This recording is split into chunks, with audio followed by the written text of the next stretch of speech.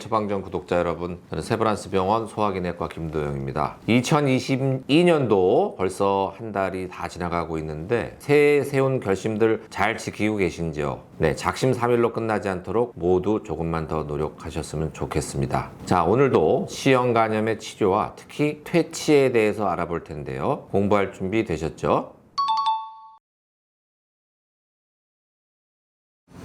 네, C형 간염도 만성 간염을 일으키니까 만성 B형 간염에서처럼 만성 간염은 간 섬유화를 일으키겠죠. 간 섬유화가 오래되면 간 경화, 간 경변증이 생기는 거고요. 간 경변증이라고 하는 거는 간이 완전히 돌처럼 딱딱해진 상태인데 간암 발생에서 가장 위험 요인 중 중요한 것을 꼽으라 하면 이 간 경변증입니다. 그렇기 때문에 만성 C형 간염이 간 섬유화를 거쳐서 간 경화로 진행할 수 있기 때문에 간암 중요한 위험 요인이 된다. 네, 특히 우리나라 전체 간암의 70%의 원인이 B형 간염이고요. 20% 정도가 C형 간염입니다. 두 개를 합치면 90%가 되죠. 나머지 10%는 술이나 원인을 모르는 병들. 따라서 C형 간염도 간암의 주요 원인이다. 이렇게 얘기할 수 있습니다.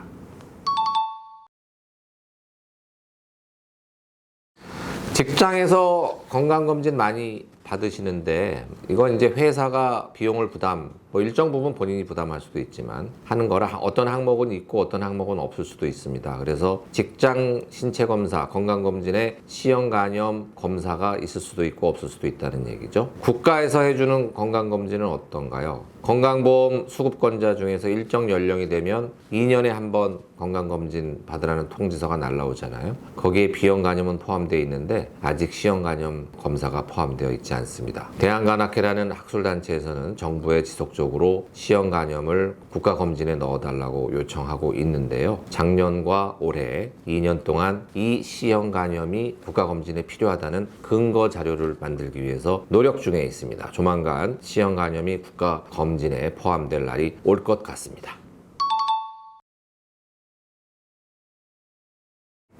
네, C형 간염은 혈액으로 전염되는 병이기 때문에 오염된 주사기라든지 또 수액 같은 거를 통해서 집단으로 발생할 수가 있습니다. 2016년도인가요? 의원에서 수액 관리를 잘못해서 집단으로 C형 간염 환자가 생긴 적이 있습니다. 그 후로 C형 간염에 대한 일반인들의 그 관심이 더 커진 측면도 있지만 아무튼 이 C형 간염은 특별한 증상도 없고 또 누구나 걸릴 수 있기 때문에 이 건강검진을 통해서 C형 간염을 진단하는 거의 중요성이 더욱 강조가 되겠습니다.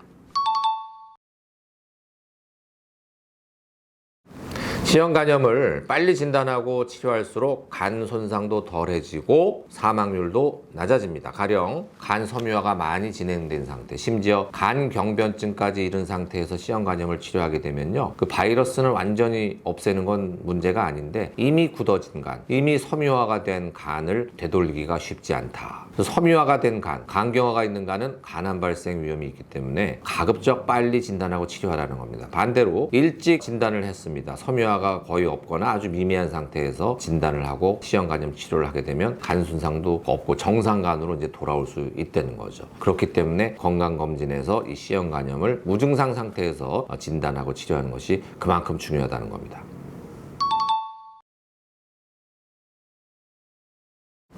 B형 간염 치료 때 말씀드린 적이 있는데요. B형 간염도 옛날에 인터페론이라는 물질로 주사제로 치료한 적이 있다고 말씀드렸잖아요. 이 인터페론이야말로 C형 간염 치료제로 예전에 아주 많이 쓰던 약물이었습니다. 인터페론이라는 거는 인체에 원래 존재하는 면역 물질인데요. 면역을 높여줘서 면역 세포가 이 감염된 간세포를 파괴해서 바이러스를 제거하려는, 그렇기 때문에 부작용이 많았겠죠. 마치 항암제 주사를 맞는 그런 고통에 비유하게 됐습니다. 환자들이. 또 치료 기간도 1년 이렇게 길었고 부작용 많고 또 치료 효과도 그렇게 높지 않았습니다. 그렇기 때문에 인터페론 치료가 아주 좋은 치료라고 볼 수 없었는데 다행히 B형 간염 치료제와 마찬가지로 2010년대에 경구약제가 C형 간염에 개발됐습니다. 최근에 코비드-19에 대한 경구약제가 개발이 됐다고 하죠. 마찬가지로 C형 간염에 대한 경구약제가 2010년대에 개발이 돼서 소위 직접작용 억제제라고 하는 이런 경구약제가 개발이 돼서 지금 나와 있는 경구약제는요 2개월 또는 3개월로 부작용 없이 98%에서 90%의 바이러스 제거율을 보이는 아주 우수한 치료제가 나와 있습니다.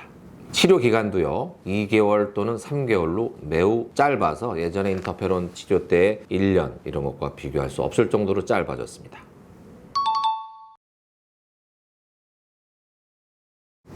현재 대표적으로 사용되는 C형-간염 경구치료제, 직접작용 억제제라고 하는데요. 상품명을 말씀드리자면 하보니와 마비렛이라는 두 가지 약품이 남아 있습니다. 이 약물들 외에도 다른 그 약물들도 있었는데 이제 정리가 되고 두 가지 약물만이 이제 가장 많이 사용되는 약물로 남아 있습니다. 건강보험 적용을 받기 때문에 C형-간염 진단을 받은 분들에 대해서 이 두 가지 약제를 보험으로 치료받을 수가 있습니다. 우리나라의 C형-간염의 1형하고 2형이 거의 100% 다 차지한다고 했잖아요. 1형하고 2형 모두 이 약물 잘 듣습니다. 예전에 초창기에 직접작용 억제제가 처음 우리나라에 도입됐을 때 보험이 적용이 안 되던 때에는 굉장히 고가였습니다. 그래서 제 환자분 중 한 분이 돈 많은 분이었죠. 그래서 우리나라에서 약을 구입할 수가 없을 때 미국에 직접 가셔서 무려 2억 원이라는 돈을 쓰고 치료를 받고 오셨습니다. 그 당시에는 그만큼 약이 고가였었는데 지금 건강보험이 적용이 되고 나서는 환자분들이 아직도 약값이 그렇게 싸진 않지만 환자분들이 비용을 부담할 수 있는 정도로 약가도 많이 내려갔습니다.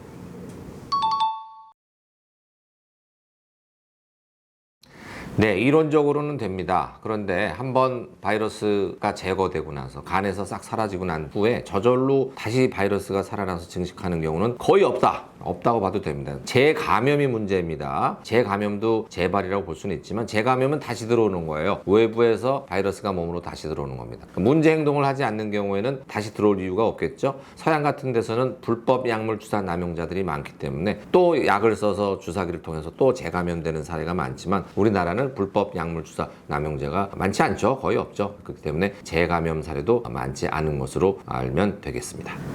네, 오늘은 C형-간염 마지막 에피소드였는데요. 아쉽습니다. C형-간염 다음에 또 혹시 찾아뵐 일 있으면 같은 주제로 더 풍성한 내용으로 C형-간염에 대해서 말씀을 드리겠고, 호미로 막을 것을 가래로 막지 말라는 속담이 있죠. 나는 아니겠지 하는 아니라는 생각 갖지 마시고 미리미리 검사 한 번쯤 해보셔서 C형-간염이 혹시라도 증상이 없는 데 있는지 확인을 해보시는 것이 좋겠습니다. 다음 편에는 고혈압을 주제로 찾아뵙겠습니다. 그럼 우리 명예 처방전 구독자 여러분 모두 안녕.